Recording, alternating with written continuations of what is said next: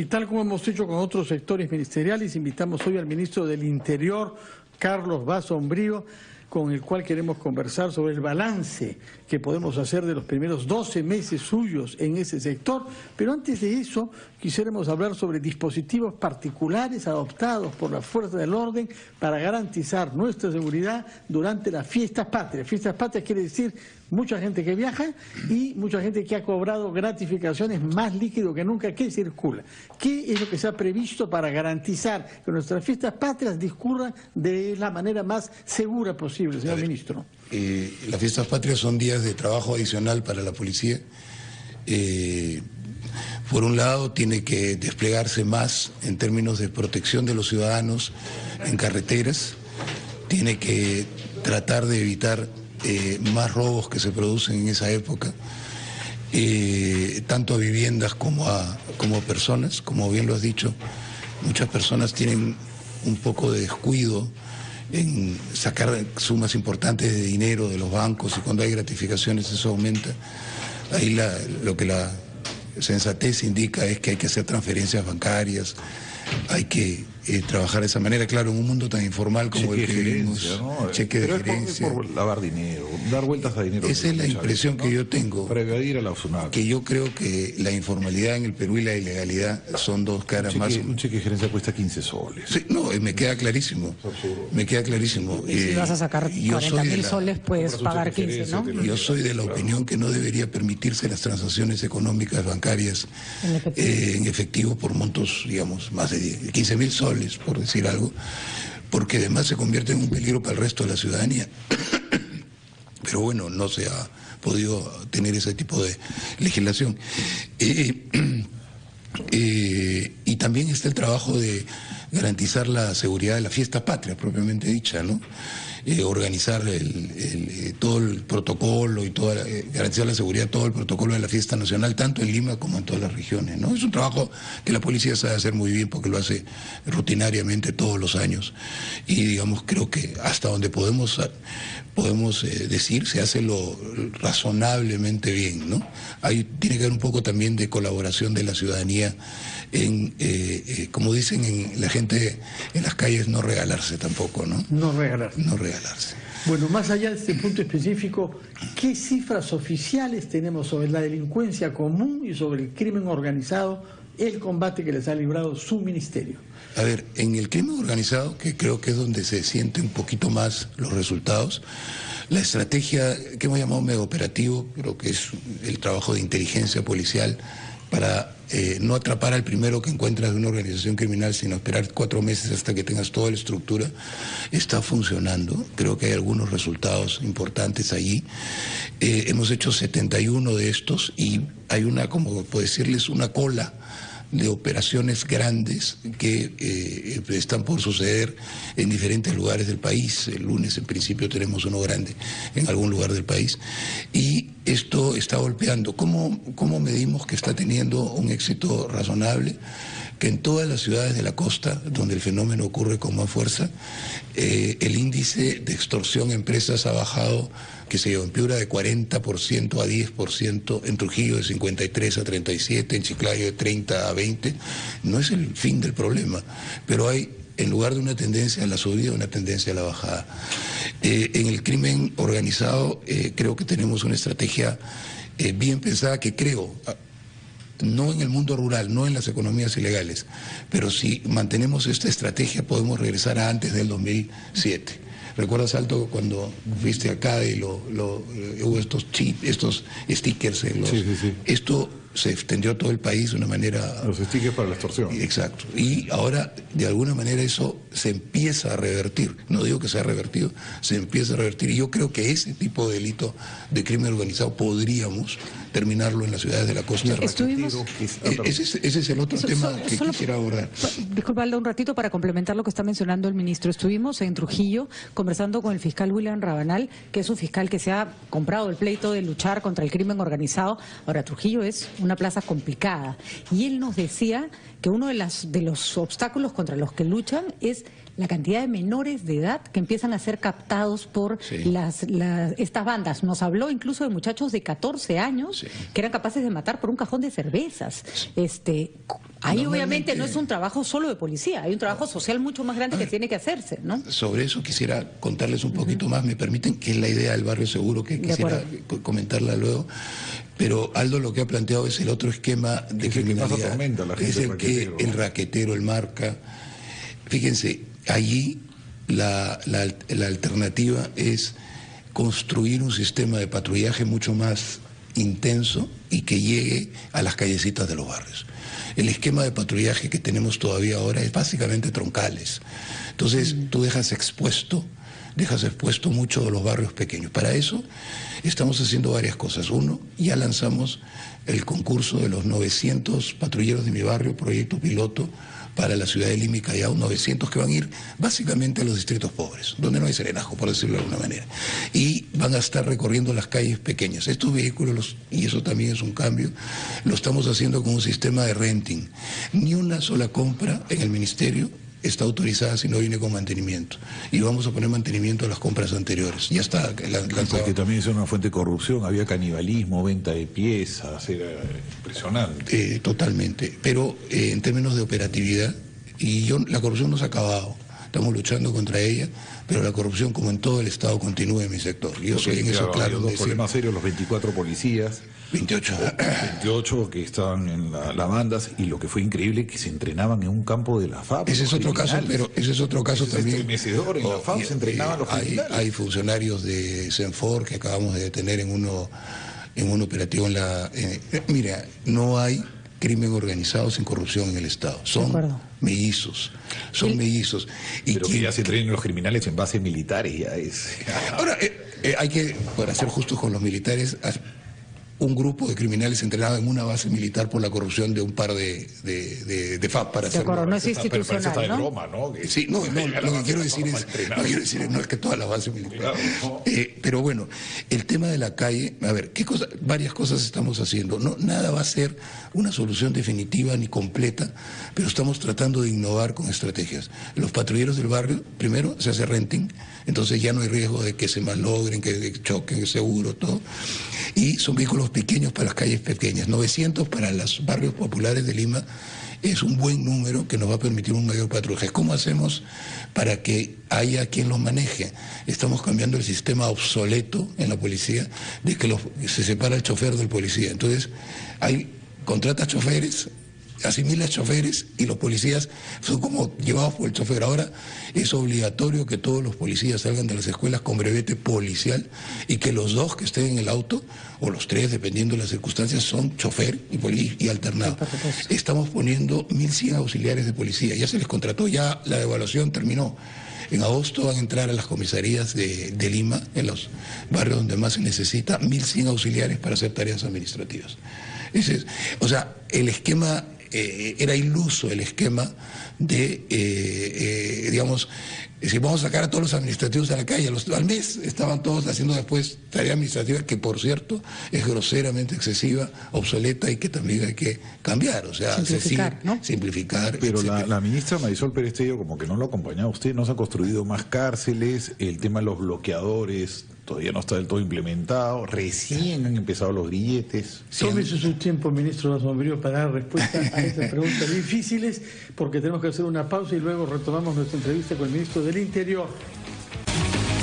Son las 8:17, estamos entrevistando al ministro del Interior, Carlos Vaso Mbrío, al cual Aldo Mariate había formulado algunas preguntas sobre si se siente o no respaldado por algunos colegas de él. No, lo que he sentido es que no lo ha acompañado en la misma velocidad la ministra de Justicia, porque las cárceles, los bloqueadores, el mismo grillete llega un poco tarde. Sí, yo lo que entiendo es que en relación a los bloqueadores, cuando llegaron, encontraron, como en casi todos los campos, la verdad, un juicio terrible, un juicio, contratos mal hechos, problemas, un proveedor que no era el adecuado, porque tenían, en fin, todas las cosas que hemos encontrado en un montón de lados, y tengo entendido que los bloqueadores están avanzando. Es cierto que y yo diría más que de este gobierno, incluso el Estado peruano ha fallado en poner bloqueadores durante 20 años, ¿no? Sí, claro. O sea, No, los grilletes y los bloqueadores vienen del gobierno de García. Sí, y creo que algo desde el final de Toledo ya se Sí, hablaba ya se está del hablando tema. de los Entonces bloqueadores. ahí es un tema que estamos en deuda, ¿no? Sinceramente, y creo que Marisol está tratando de ponerlo ya. Y urgen cárceles.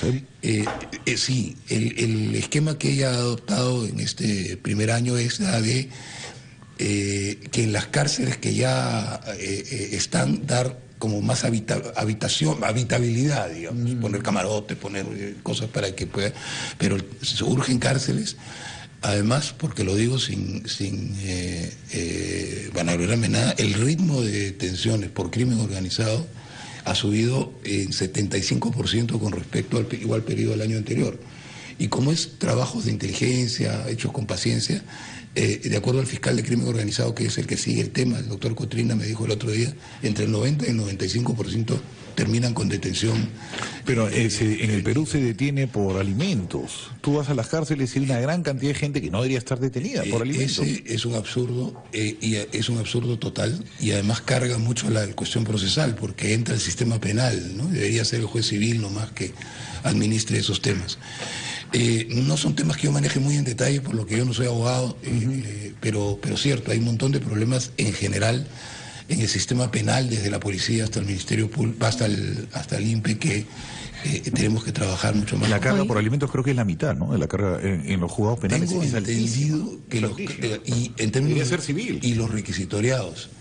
Nosotros perseguimos a los requisitoriados por la justicia en el sistema de recompensa, que ha avanzado también bastante. Hay como 100.000 requisitoriados, de los cuales creo que 70.000 son por alimentos. Que como ustedes comprenderán, no los estamos poniendo en recompensa, ¿no? Claro. Porque creo que es una dinámica totalmente diferente. Lo cual da cuenta de una tragedia, que es los padres no se encargan de sus hijos, pero que tampoco se trata de llenar las cárceles con eso, ¿no? Ahí debe haber otras formas, ¿no? Igual, nosotros estamos en una campaña muy fuerte para los portadores ilegales de armas, ¿ya?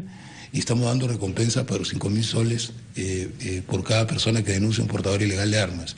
Pero mi objetivo no es que vayan a la cárcel, mi objetivo es disuadir de que porten el arma ilegal y que haya menos armas ilegales en cada momento en la calle. Por supuesto, sí.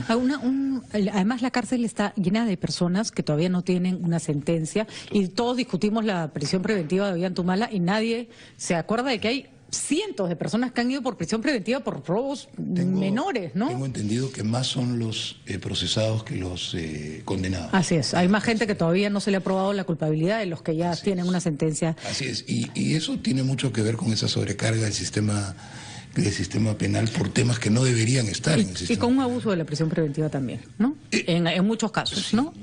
Mire, a ver, yo defiendo la prisión preventiva en los casos en que se trata de criminales, por ejemplo, no me pueden poner a un homicida en prisión domiciliaria en el Callao. Así es. No me pueden poner a un homicida, ya después inmediatamente hubo los incidentes Ahora, el Callao es un bonito ejemplo de cómo algo se ha avanzado.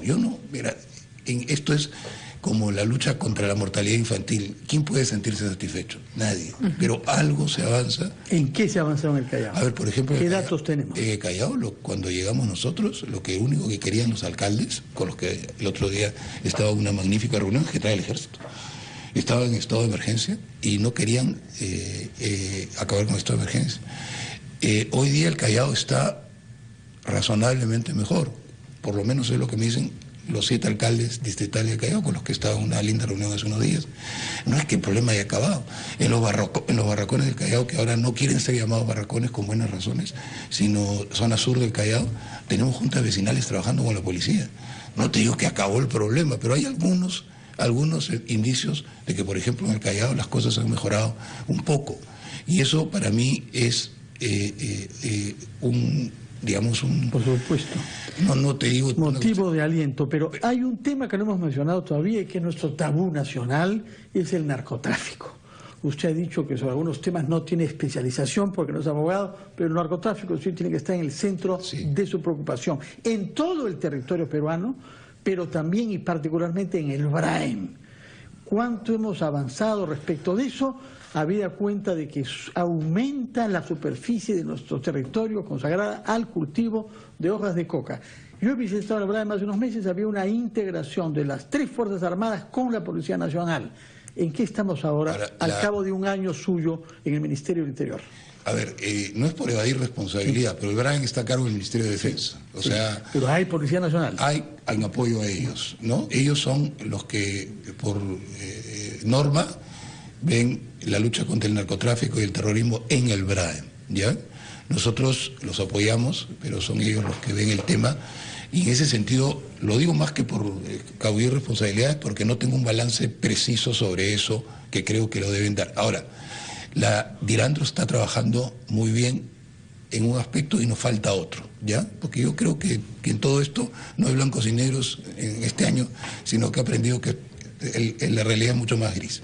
Dirandro ha incautado en el 2017 más que la suma del 2015 y el 2016 de cocaína. O sea, va a más que duplicar lo que ha logrado en el año presente. O sea, la incautación de cocaína ha subido a ese. Ahora bien, dicho lo cual, no estamos agarrando todavía estructuras criminales de narcotráfico grandes. Hace muchos años que no se agarran estructuras criminales grandes de narcotráfico. Quizás el caso último fue el de señor que de la aerolínea Ceballos, y por ahí Turbo en el Brian, pero polaco y esto, o sea, pero no hace tiempo, sí. Y tenemos un déficit ahí, lo digo hidalgamente, un déficit, y estamos apuntando a ya no solo contentarnos con la incautación, así sea mucho mayor, sino que tenemos que agarrar estructuras criminales organizadas también en narcotráfico. Hubo cierto nerviosismo en la población por estas marchas de gente cercana a senderos, habló que estaban captando gente en universidades. A ver, ¿se les está siguiendo con lupa? Nunca hay que minimizar el problema. Lo que sí te puedo decir, para tranquilidad de la población, es que el Movadef tiene un seguimiento muy estricto como corresponde a sus características. Ahora, yo soy de los que piensan que el Movadef no es un grupo simpatizante de Sendero. Nosotros tenemos documentación. ¿No es el brazo legal? Nosotros tenemos, es más que eso, nosotros tenemos documentación abundante y de puño y letra de Abimael Guzmán, incautada en cárceles en el 2014, que muestra que Abimael Guzmán dirige Movadef. O sea que es parte de la estructura de Movadef. Por eso, en el año 2014, la DIRCOTE promovió la detención de 28 personas vinculadas al Movadef, pero no por apología, sino por pertenencia. Por apología no se condenaba a nadie en 17 años. Y esa operación que se llamó Perseo, el juez decidió que los únicos que iban a llevar está el proceso abierto, 3 años, no se ha avanzado nada, y decidió que los únicos que enfrentaban el juicio con prisión eran los que estaban presos, Abimael y compañía, y les dio libertad a todos los demás. Ahora, yo ahí sí hemos mencionado esos personajes. ¿Qué pasó con el celular de Montesinos que se incautó el día anterior a las elecciones, a la segunda vuelta? ¿Se acuerda que entraron a las celdas, se incautaron? ¿Qué ha habido con esas investigaciones? ¿Cómo llega ese celular? ¿Qué contenido tenía ese celular? Aldo, te mentiría. Pero eso, ¿quién lo está investigando? ¿Interior? ¿Quién lo investiga? No lo sé, puedo averiguar. Claro, porque entraron a la celda, ¿se acuerda? Y detuvieron un marino que le había proporcionado el celular, y en el celular se supone que se está comunicando con alguien. Con toda honestidad y transparencia, y quizás debiera saberlo, pero no lo sé. Sí, con todas estas evidencias sobre la naturaleza de Movadef, ¿cómo hacemos? Están en las aulas, están dándoles clases a los niños, o sea, es verdaderamente terrible, ¿no? Hay una ley que lo prohíbe, y tengo entendido que el Ministerio de Educación está haciendo un barrido y que debe lograr eliminar eso relativamente rápido. Pero mi posición sobre el Movadef es que pertenecen a Sendero Luminoso, y yo suscribo la tesis de la DIRCOTE de... ¿Están vinculados a CONARE? A ver, vuelvo sobre eso, que deben ser procesados y detenidos en el marco de la pertenencia a Sendero Luminoso. Es parte de la organización. No como apología, no como apología. Ministro... Y CONARE... A ver, yo quiero ahí hacer una distinción, ¿ya? Afortunadamente, las huelgas, por ejemplo la de Puno, que está convocada por CONARE, no es que todos los maestros sean de Movadef, porque si eso fuera cierto estaríamos en un grave problema. Lo que pasa es que en algunas regiones, en lo que llaman el SUTE CONARE, Comisión Nacional de Reconstrucción, está dirigido por gente cercana y vinculada a Sendero Luminoso, y eso es totalmente cierto.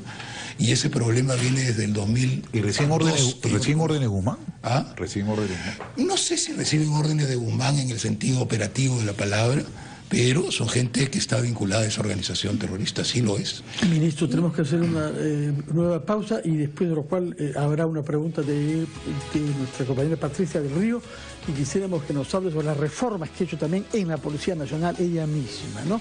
Todo esto después de la pausa. El ministro del Interior, Carlos Vazón Brío, y Patricia del Río estaba a punto de plantear una pregunta.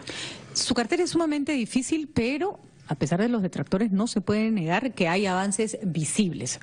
Por supuesto que los problemas no se resuelven de la noche a la mañana.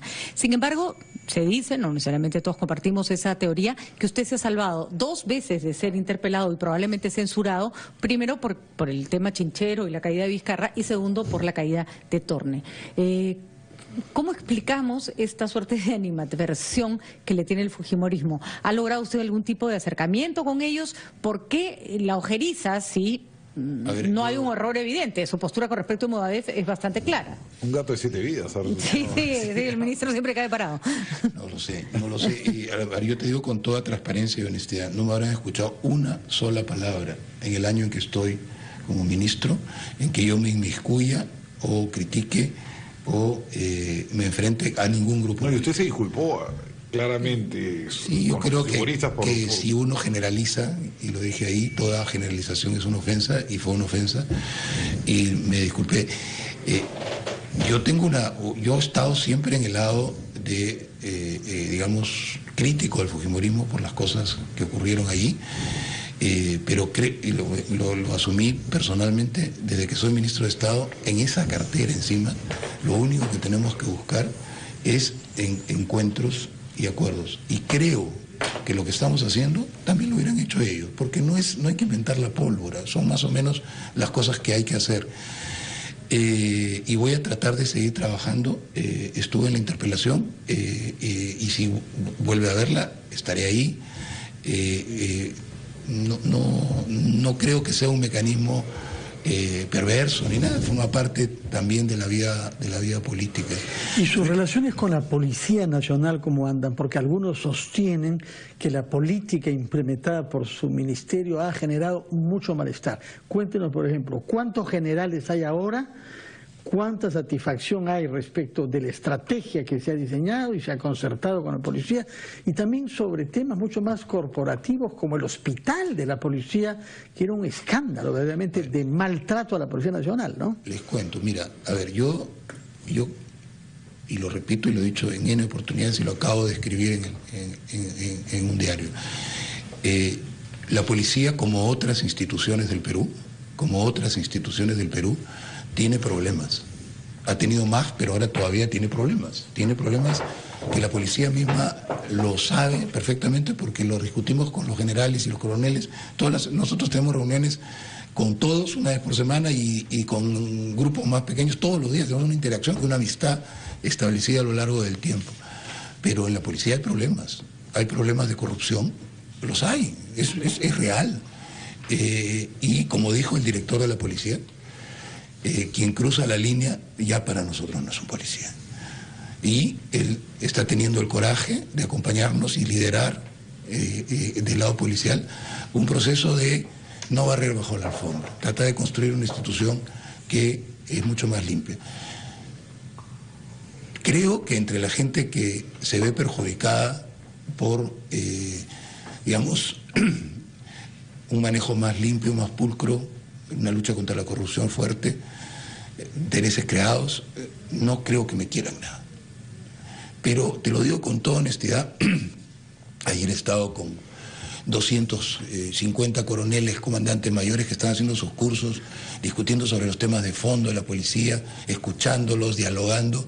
Creo que tenemos un compromiso de la policía cada vez más fuerte con construir una institución, como han hecho en otros países, que pueda liderar las otras instituciones. Fíjate, España en su Colombia, momento, ¿no? Colombia en su momento, Chile mucho tiempo, ahora más bien en crisis, pero se puede lograr que la policía sea la mejor institución y creo que con ese gran objetivo estamos cada vez sumando las voluntades de muchísimos más policías. Y además también estamos haciendo cosas que no se hicieron por ellos. Por fin hemos logrado destrabar ese hospital, que se pusieron primeras piedras a lo largo de todo el gobierno de Humala, ya está en construcción. Es un hospital de la mayor tecnología, que además no vamos a cometer el error que se ha cometido en el pasado, vamos a tercerizar toda la bata gris para que los médicos solos se dediquen a su trabajo, para que el hospital esté mantenido. Estamos haciendo pasos, por ejemplo, por primera vez en el 2018 va a haber medicinas desde el primer día. No se imaginan, no era solo corrupción, es difícil describirlo. Indolencia y negligencia. Y también desconocimiento de la gestión. O sea, hacer un petitorio de medicinas es un tema que requiere especialización, no la había y no se contrataba. Entonces estamos avanzando eso. Creo que otra de las cosas que estamos mostrando con la policía es que la gestión moderna de los recursos requiere especialización. Claro, un gerente de clínicas, no un general. Uno no pasa de la DIRCOTE a recursos humanos. Ni siquiera un médico.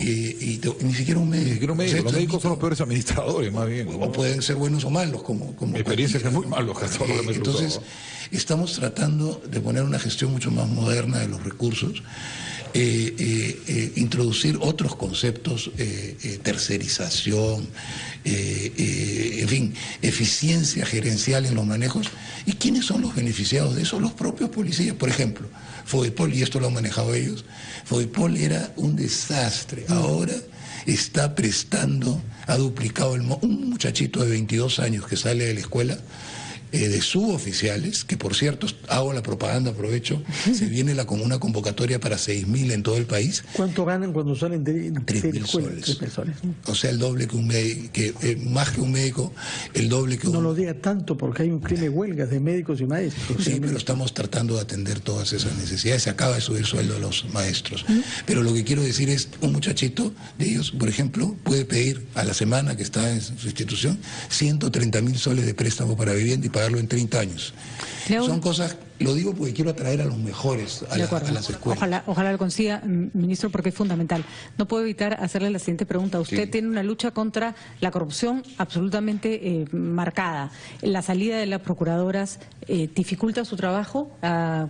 ¿Cómo explicar a la población que el gobierno está comprometido contra la corrupción a raíz de este suceso que ha generado, por supuesto, muchas críticas? A ver, yo lo que entiendo y lo que me ha informado Marisol, primero, creo que es difícil dudar de que Marisol pueda estar involucrada en corrupción o tener compromisos con la corrupción. Yo creo que ahí hay que ver con las personas de las que estamos hablando. Una persona escrupulosamente honesta y correcta. De acuerdo. Ahora, lo que yo sé es que la procuradora, en este momento se ha borrado el apellido, Ampuero, ha hecho cosas, sobre todo una últimamente, que perjudica claramente al país. Respecto de Olmos. Olmos, o sea, bueno, ha impedido que salga Odebrecht.